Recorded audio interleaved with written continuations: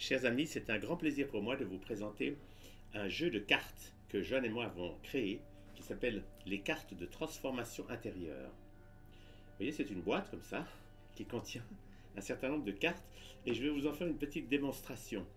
Ce qui est intéressant, c'est que ça nous permet de travailler avec les personnages qui sont bloqués en nous. Parce que dans notre inconscient, chaque fois que nous avons un traumatisme, une blessure, un choc émotionnel, quelque chose que nous n'acceptons pas, eh bien nous avons un personnage que nous appelons une sous-personnalité psychoactive qui reste bloqué. Ça peut être dans l'enfance ou ça peut être dans d'autres vies, mais ces personnages qui restent bloqués en nous nous tirent vers le bas. Ils essaient de nous attirer dans leur peur, leur colère, leur frustration, leur solitude, pour que nous allions les chercher, les délivrer. Et ce jeu de cartes, c'est un instrument extraordinaire pour pouvoir aller délivrer ces personnages.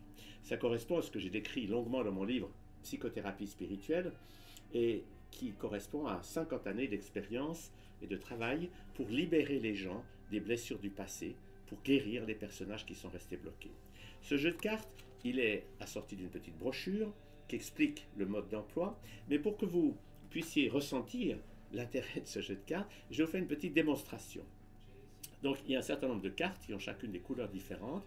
La première de ces cartes, alors quand on le fait pour soi ou avec une personne, on va étaler des cartes devant soi et laisser la main gauche, qui est la main du cœur, la sensibilité, choisir une des cartes.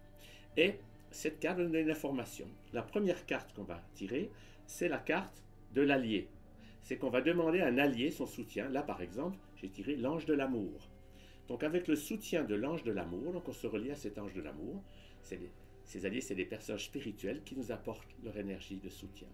Avec le soutien de l'ange de l'amour, nous allons voir dans quel chakra il y a quelque chose qui s'est bloqué. N'est-ce pas, les chakras, c'est comme si la lumière qui vient du corps de lumière, elle passe un peu comme un tuyau, puis il y a des endroits où ça a été resserré par un traumatisme, par un personnage malheureux.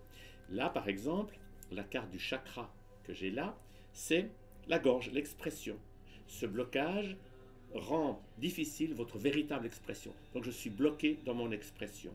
Alors je vais chercher à dresser un portrait robot de quel est le personnage qui a bloqué ce chakra de l'expression.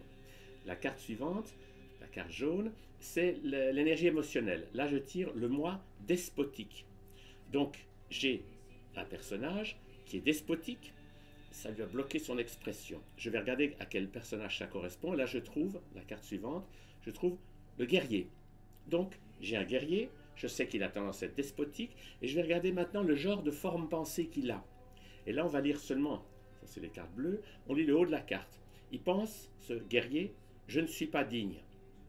Je ne peux pas recevoir ce dont je rêve. Donc, il bloque son énergie, il bloque son abondance et son expression. On prend une autre carte dans laquelle il dit, la vie n'a pas de sens. On peut en prendre une troisième dans ce jeu-là. Il dit, je suis une victime. Ça peut sembler curieux pour un guerrier, mais il a beau être guerrier, il se sent victime, bloqué, et il est despotique. Une fois qu'on a ce portrait robot d'un personnage, on ferme les yeux quelques instants et on le visualise. Alors par exemple, là je vais le faire avec vous, je visualise un guerrier. Je le vois plein de force, mais en même temps, il est bourré de complexes, de peur, de colère. Il a tendance à être violent, despotique, mais il se sent victime. Il n'est pas heureux, quoi. Je le sens bien. Dès que je capte ce guerrier despotique et malheureux, l'étape suivante, c'est que je vais capter les émotions qui sont en lui et je vais me voir en train de les danser pour lui. C'est ce que font tous les chamans. C'est qu'ils dansent les énergies émotionnelles de l'autre pour pouvoir le dépolluer. Alors je me vois en train de crier, de pleurer, de hurler, qu'une grande partie de son stress passe à travers moi et va dans le feu qui est là. Je fais ça pendant le temps qu'il faut pour qu'il puisse être délivré. Une fois qu'il est délivré, ce guerrier, tout d'un coup, il respire de nouveau, il est libre, il se sent bien, je lui fais un cadeau. Là, par exemple, je vais lui offrir un chat. Et je le vois partir dans la lumière avec son petit chat, tout content, libre et heureux. Et le fait d'avoir ainsi délivré ce guerrier, là on le fait de manière rapide, mais c'est pour vous comprendre le principe, va permettre de remplacer les pensées limitées par les pensées positives qui viennent de l'âme, du corps de lumière. À la place de la vie n'a pas de sens, nous aurons je m'émerveille d'être en vie et je m'ouvre à l'abondance de mon âme et à sa guidance. Une autre, là où il disait par exemple, oui, je suis une victime, c'est remplacé par je suis un créateur. Je crée des expériences positives dans ma vie.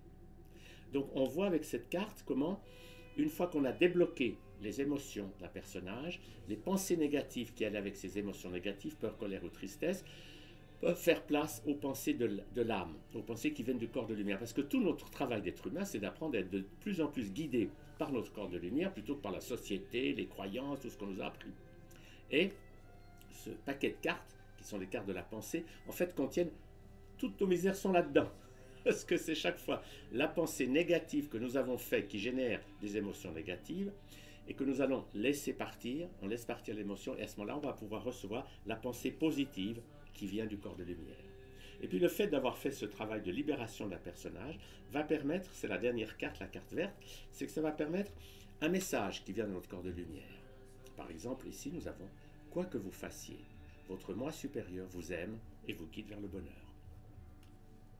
Ou bien, une autre, vous êtes libéré de la peur.